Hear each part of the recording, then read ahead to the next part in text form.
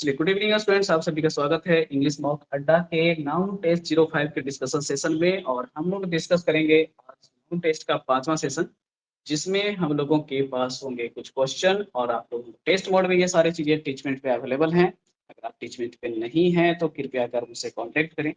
और अब जल्दी से जल्दी ये आईडी, कॉन्टेक्ट नंबर डिटेल आपको पता होगा तो ठीक है, नहीं तो ये नंबर रहा आपके पास में, दे सकते हैं। और अब इस पे सेशंस कंटिन्यू रहेंगे हमारे जो वीडियो सोल्यूशंस वाले होते हैं। टेस्ट तो ऑलरेडी अवेलेबल है ना। वीडियो सेशंस भी आपके पास अवेलेबल होंगे। तो टेस्ट देने से ही निखार इंग्लिश में आएगा। अदरवाइज परेशानियां होती हैं कि आप फाउंडेशन कर लिए, डेमो सेशंस कर लिए, प्रैक्टिस भी टीचर ने क्लासरूम में करा दिया, लेकिन जब तक आप एग्जामिनेशन के क्वेश्चन टेस्ट नहीं दो तब तक मजा नहीं है। तब तक आपको पता ही नहीं चलेगा कि उस टॉपिक का कितना कंटेंट आपके पास है। तो चलिए हम लोग आज का प्रैक्टिस सेशन करते हैं। और मैं इसलिए बार बार कहता हूँ कि टीचमेंट पे जो ये टेस्ट अड्डा का, क्योंकि ये सारे एग्जामिनेशन को मैंने टारगेट करके इस पे टेस्ट डलवाने का सोच रखा है। और टेस्ट डले भी, एनडीए के टेस्ट भी डले हुए हैं इस पे, आपको सीजन मेंस तक के सेट डले हुए हैं, और सेक्शनल टेस्ट भी डले हुए हैं। ये सारे एग्जामिनेशन के लिए आपको काम करेगा, चाहे आप एसएससी के एग्जाम में को लेके आ रहे हो, या यूपीएससी जो एनडीए और सीडीएस कंडक्ट कराती है उसको लेके आ रहे हो, या फिर एयरफोर्स या नेवी के बच्चे हैं अगर आप, तो आपके लिए भी बेनिफिशियल हो सकता है। चलिए, तो हमारे साथ जुड़िए जल्दी जल्दी, और उसके बाद ये सेशन आपको और मजेदार होगा। इस पे जब टेस्ट आप लोग दे करके आएंगे और उसके बाद सोल्यूशन देखेंगे तब। तो चलिए, तो ये थी प्रमोशन की बात है। अब फिलहाल काम की बातें कर लेते हैं। Start the show now. सबसे पहला क्वेश्चन आपके पास स्क्रीन पे इंप्रूवमेंट सेक्शन का ये रहा। कह रहा था rumour mongering is one of the bad habit. मैंने बोला था कि आप लोगों को पिछले सेशन में टीसीएस लव, टीसीएस लव जो नाउन में है वो कौन सा कॉन्सेप्ट है? वन। जब भी क्वेश्चन में वन ऑफ होता है तो इसके बाद हम लोगों को तीन बातें चेक करनी है। आर्टिकल द के साथ में सुपरलेटिव भी चेक करिए। उसके बाद हमारे पास में सबसे जरूरी है नाउन के सेशन के लिए, वो ये होता है कि पूरा नाउन चेक करिए। ये क्वेश्चन सबसे ज्यादा पूछा जाता है। और उसके बाद आती है हमारी सिंगुलर वर्ब। इसके बाद आती है सिंगुलर वर्ब। तो ये सिंगुलर वर्ब आपको जरूर चेक करना है। तो चलिए हम लोग देखते हैं। Rumour mongering is one of the bad habit, नहीं हैबिट में एस चाहिए। आंसर सी पार्ट आपको बोल्ड कर दिया गया है। आपके टेस्ट देने के बाद ये डिस्कशन हो रहा है। ये ना सोचिएगा कि हमको टेस्ट देने के बाद मौका ही नहीं मिल रहा है आंसर बताने का। अब दे चुके होंगे तो आपको पता चल रहा है। चलिए, सेकंड क्वेश्चन आपके स्लाइड पर ये। हाँ, same question student, same concept. One of लग गया है यहाँ पे। अब नाउन चेक करना शुरू करो तो one of the world biggest natural disaster में चाहिए था एस। अब डिजास्टर में एस चेक कर लो, डिजास्टर में एस चेक कर लो, यहाँ पे है, इसमें नहीं, इसमें भी है, हाँ, और इसमें नहीं। तो हमको देखना पड़ेगा क्या लिख रहा है। The world biggest natural disaster, यहाँ लिखा है after math of one of the world, यानी आफ्टर मैथ से ही बोल्ड होना चाहिए था। तो कोई बात नहीं, थोड़ा सा ऑपरेटर की गलती है, इससे हम लोग परेशान ना हो। After math of one of the world biggest disasters. इनको में फाइनल करने के लिए हमको देखना पड़ेगा यार कि क्वेश्चन में हैड था और इसमें हैज कर दिया। हमको चेंज कभी भी भाव नहीं करना है, जो भाव देगा वही। इसलिए आंसर फाइनल करेंगे एक नंबर। ठीक है, सी का आंसर। चलो, तीसरा क्वेश्चन आपके पास में ये रहा। Plants readily responded to these stimulus. ये बढ़िया क्वेश्चन। दीज सबसे पहले कौन सा वर्ड है हमको पता होना चाहिए कि हमारे पास में एडजेक्टिव का भी कैटेगरी होता है। इसका कैटेगरी होता है सिंगुलर एडजेक्टिव और प्लूरल। जब सिंगुलर एडजेक्टिव की बात करते हैं तो वन आ सकता है, ए आ सकता है, एन आ सकता है। जब प्लूरल की बात करते हैं तो इस सेंस में क्या रखेंगे? इतना तो क्लियर हो गया।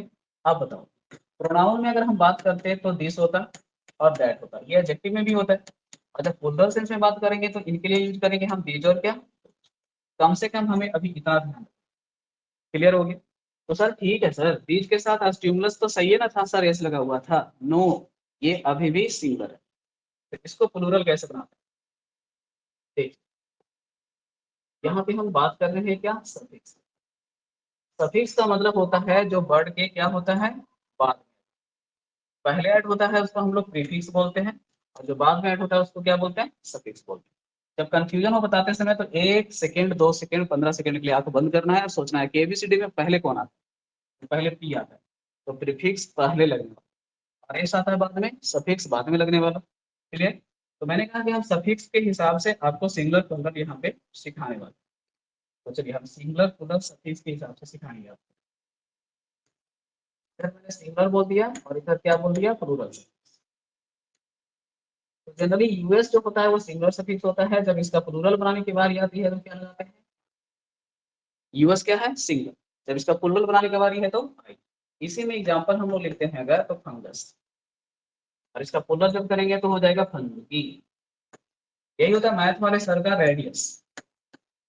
यही मैथ वाले सर बोलते हैं कि वृत्त की सारी त्रिज्याएं बराबर होती हैं तो रेडियस को क्या बोल देते हैं, रेडियस। तो यहाँ पे स्टूडेंट यही काम करना है, स्टिमुलस। ये सिंगलर है पूरा, जब इसको पोलर बनाएंगे स्टूडेंट तो स्टिमुली होगा, काम खत्म। क्लियर। तो आंसर आपके पास में हो जाएगा फर्स्ट ऑप्शन। ठीक है, बाकी क्वेश्चन में देखो मैंने बोला ना कम से कम इंप्रूवमेंट करना है, तो रेडली जब क्वेश्चन में अवेलेबल है तो हम रेडी वर्ड वगैरह के चक्कर में नहीं। क्लियर है, आंसर करेंगे। बाकी और भी सब फिक्स होते हैं इसका, इसके डिटेल के लिए आपको क्वेश्चन आएगा तो हम बताएंगे। नो अदर इंफॉर्मेशन, अभी थोड़ी देर पहले का ही सेशन जब चल रहा था तो मैंने आपको उसमें बताया कि हमारे पास कुछ ऐसे नाउन होते हैं जो जनरल कलेक्टिव नाउन होते हैं और इसमें एस का प्रयोग आप नहीं कर सकते। उसी से ये क्वेश्चन आपके पास आया। देख लो यहाँ से, जनरल कलेक्टिव नाउन। तो जनरली जनरल कलेक्टिव नाउन जो होते हैं उसमें एस और यस नहीं लगता। ऐसे तो किसी भी कलेक्टिव नाउन में क्यों लगाएं, कलेक्टिव नाउन का तो मतलब ही हो रहा है एक से ज्यादा का सेंस या जो भी ग्रुप का सेंस। अब देखो क्या है, उसी में था इन्फॉर्मेशन कि क्लास बंद चल रहा था तो आपको इन्फॉर्मेशन मिला होगा ना कुछ कि क्यों बंद चल रहा था।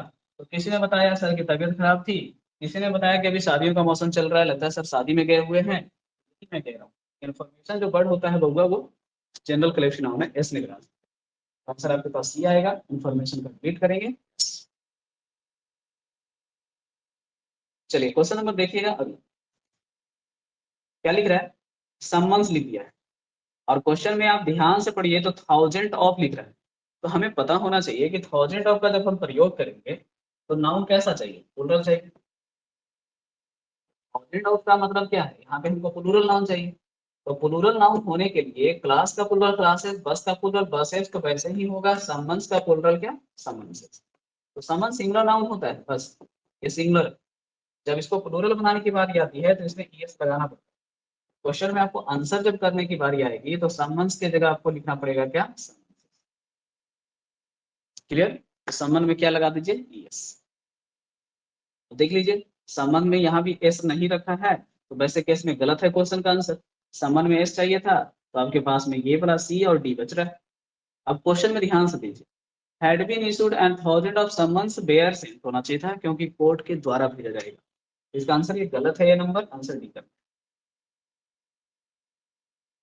चलिए 6 नंबर के लिए,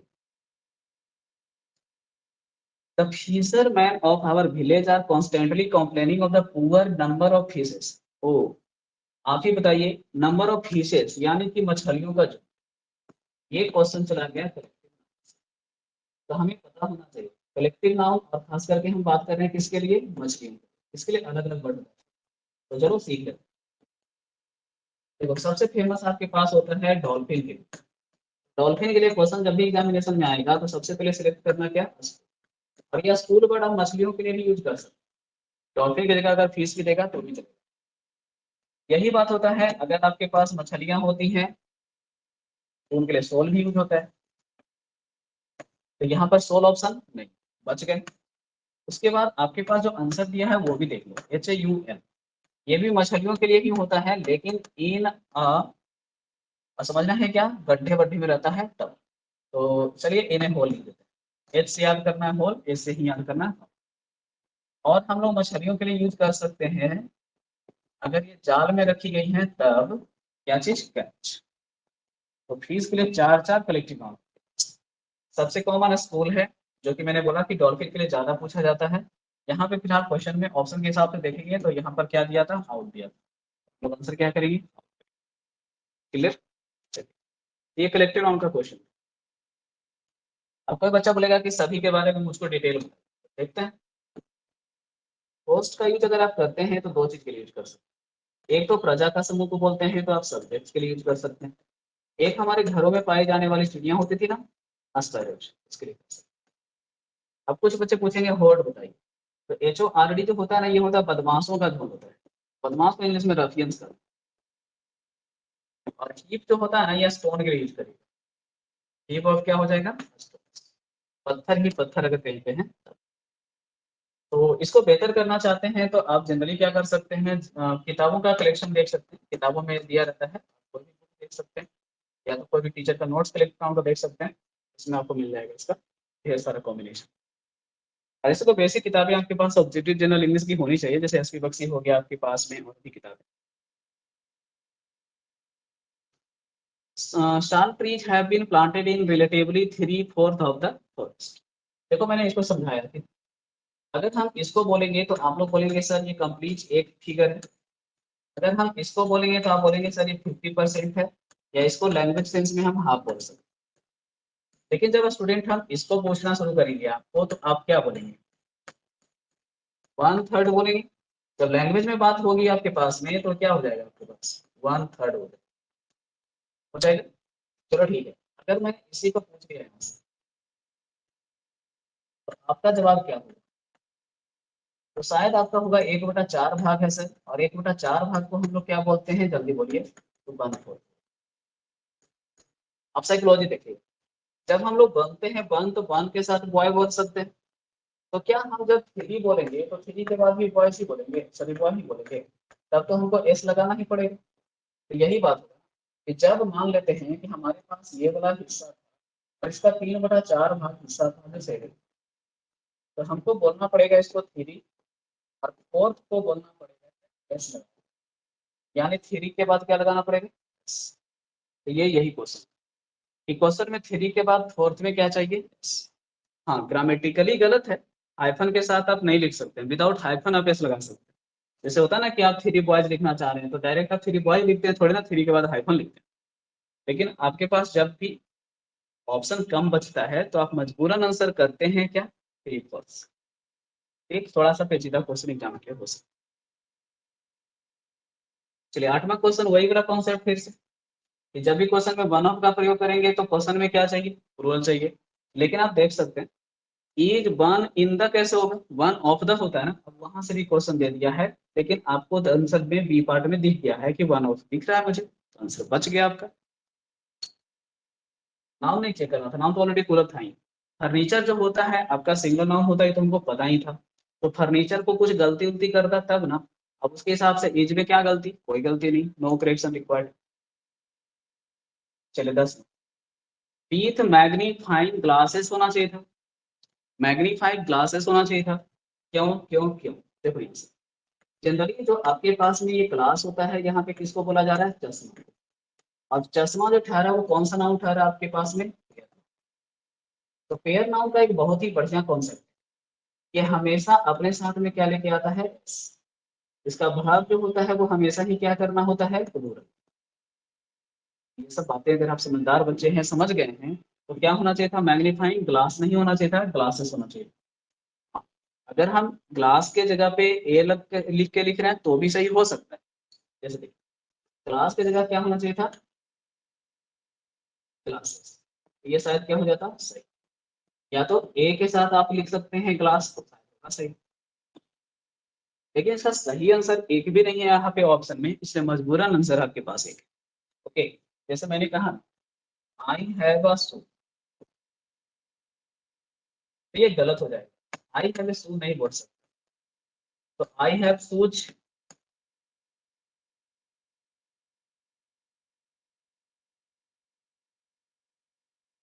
चलिए कोई बात नहीं, घबराइए नहीं।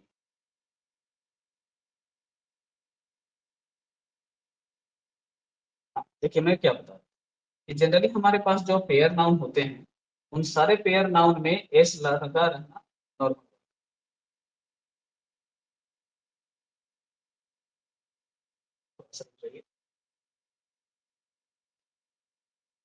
बाकी तो मैं यही कहूंगा कि आप लोगों का कंटिन्यूटी बहुत जरूरी है, टेस्ट दीजिए या कुछ भी दीजिए, है ना, सब जगह।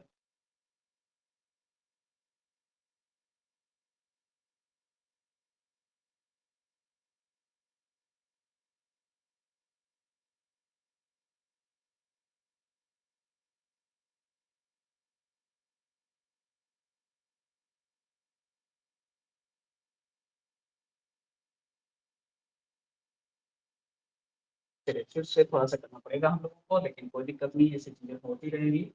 परेशान ना होइएगा बस।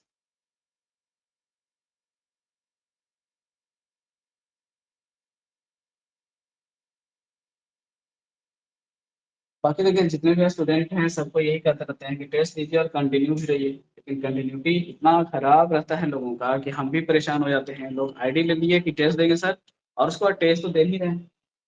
और हद ये है कि टेस्ट देने के बाद जब होना चाहिए ऑनलाइन सेशन का रिकॉर्डिंग सेशन देखना चाहिए था, उतने बच्चे देखते भी नहीं। तो खास करके आप लोगों के साथ ये रेगुलरिटी का इशू आएगा, इसे जितना जल्दी हो सके ना कर दीजिए।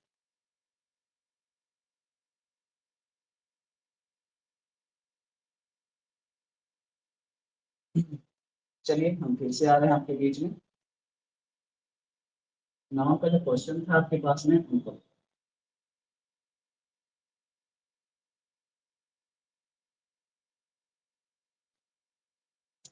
हाँ यही था क्वेश्चन आपके पास ना। चलिए ठीक है, ठीक है।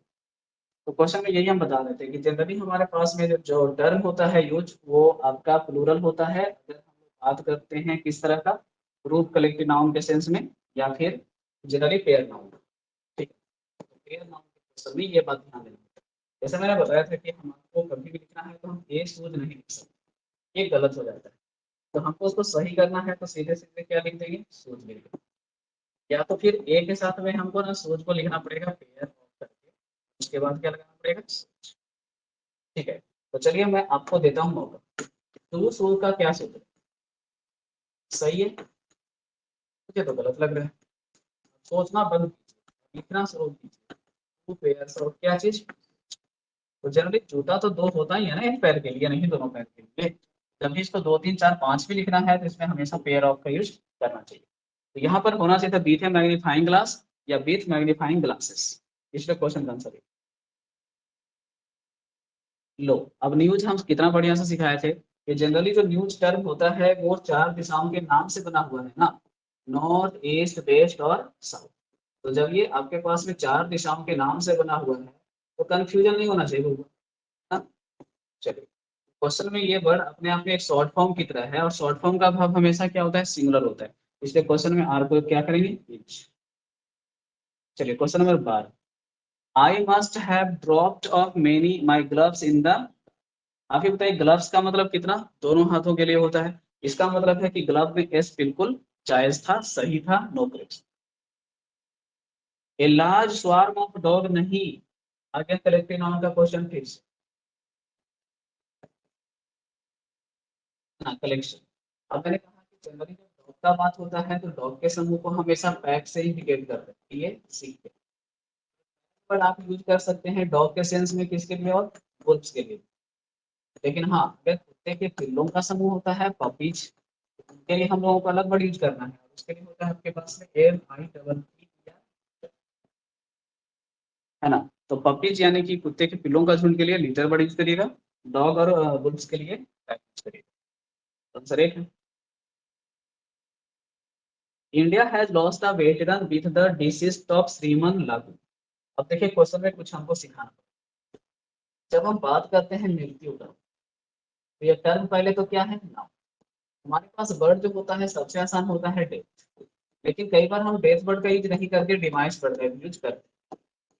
ठीक है, और एक वर्ड होता है आपके पास में डिसीज। इसमें आपको ध्यान ये रखना है कि हमारे पास यहाँ पे जो होना चाहिए हुआ था वो सी होना चाहिए था, एस। डिजीज बीमारी वाला में एस होता है, लेकिन यहाँ पे क्या है, सी। तो यहाँ क्वेश्चन का टोन पकड़ना पड़ेगा कि इंडिया को बहुत ही बड़े अनुभवी अ, व्यक्ति का देहांत झेलना पड़ा है, और व्यक्ति का देहांत यानी डिवाइस होना चाहिए।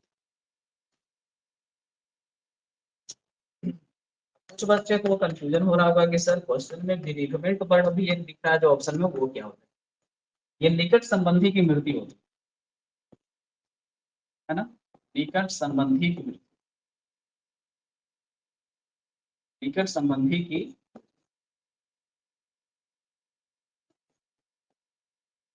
बेरिफिकेट, किसी भी नजदीकी परिवार का रिलेशन में देहांत होना बेरिफिकेट कहलाता है।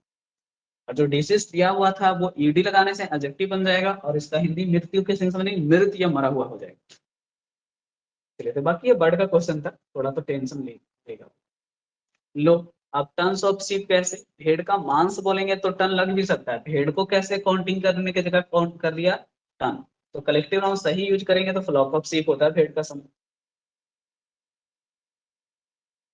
चलिए हो गया। नेक्स्ट क्वेश्चन, इसमें कह रहा था दिल्ली बिरला इंटरनेशनल स्कूल अल्यूमिनस कर दिया, अभी सिखाए थे ना, यूएस को जनरली हम लोग क्या में चेंज करते हैं, तब जाके ये सिंगुलर नहीं प्लूरल। तो अल्यूमिनस में भी तो हमको दिख रहा है ना कि यूएस है यहाँ पे, तो जब इसका प्लूरल बनाएंगे तो अल्यूमिनी होना चाहिए था, और यही चीज हमको यहाँ पे करना पड़ेगा, तो क्वेश्चन आंसर डी करना है। किसी भी कॉलेज इंस्टीट्यूशन में एक से ज्यादा छात्र होते हैं। आई हैड नो इन्फॉर्मेशन पहले भी बता चुके थे, इन्फॉर्मेशन आपका प्राइस है, इन्फॉर्मेशन है, ये सब एस क्यों लगाएंगे, सोचना हमेशा जनरल सेंस का वर्ड होता है, विदाउट एस आता है। सॉरी,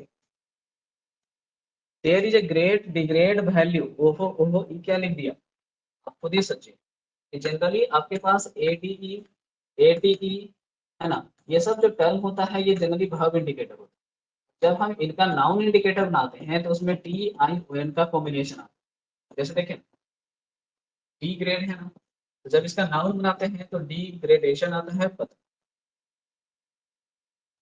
तो पता चल जाता है हम लोग को, तो क्वेश्चन ही नहीं बुझाता है, तो बहुआ बहुत ही आसान तरीका है। आर्टिकल के बाद हमको अगर एक वर्ड नजर आएगा तो उसको नाउन बोलिए, आर्टिकल के बाद अगर दो वर्ड नजर आएगा तो लास्ट वाला नाउन बोलिएगा, उसके पहले एडजेक्टिव बोलिएगा। अब ये भी नहीं अप्लाई कर सकते हैं तो आपको तो राम बचा है।